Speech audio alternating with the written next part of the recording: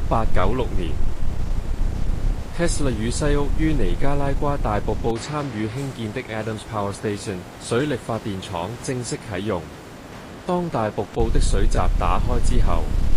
河水波瀾湧入3條專為機組而設的巨型輸水道，經過渦輪機組時，水流帶動令其旋轉，而其用精鋼所打造的連接軸上方的發電機也跟着旋轉而製造出電力。生產出來的電力便利用高壓傳輸方式傳送到22英里外嘅紐約水牛城。作為第一個遠程接受到電力嘅水牛城鐵路公司，即時喺半夜鳴放禮炮，同時響起鐘聲，加上那蒸汽笛發出的鳴叫，為這城市進入新紀元開創了一步而發出狂熱的祝賀。其後 Tesla 被選為 Zagreb 學府 Yugoslav 科學研究院與藝術學院榮譽院士，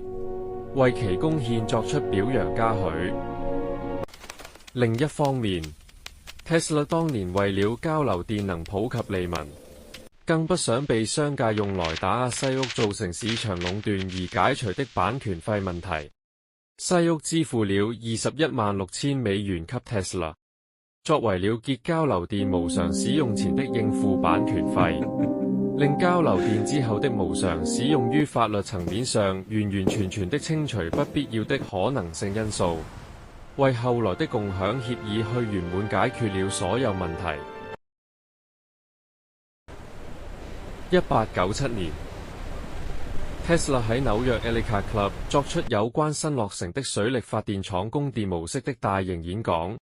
同年 ，Tesla 喺美國歷史自然博物館的紐約科學院內講授及展出有關 X 光上的研究結果。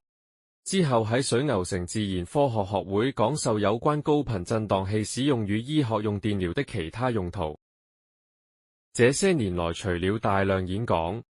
發佈會同講學之外， Tesla 所展開嘅全球性無線系統 Wardenclyffe 計劃並沒停下，已經再進一步拓展了。除了無線電廣播傳訊，另一項無線遙距控制亦已達展示階段。他完成了無線遙控發射器及無線接收遙控船 Telautomaton， 還有相關系列的魚雷系統。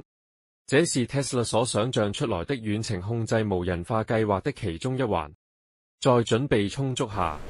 他於所居住酒店旁邊那個麥迪遜廣場花園開了一個記者發表會，即場向公眾公開示範如何使用無線技術去遙遠控制那隻模型船在池中游走。由於這發明太新奇未聞，記者及民眾為眼前所見的一切已超出想象，帶着不可能而又說不出的疑惑發呆。示範後令世界知道了科技又再行前一步，確立了遙遠控制者全新意念的實際可行性。Tesla 更成為媒體報道的頭版，向大眾道出未來的無限可能性。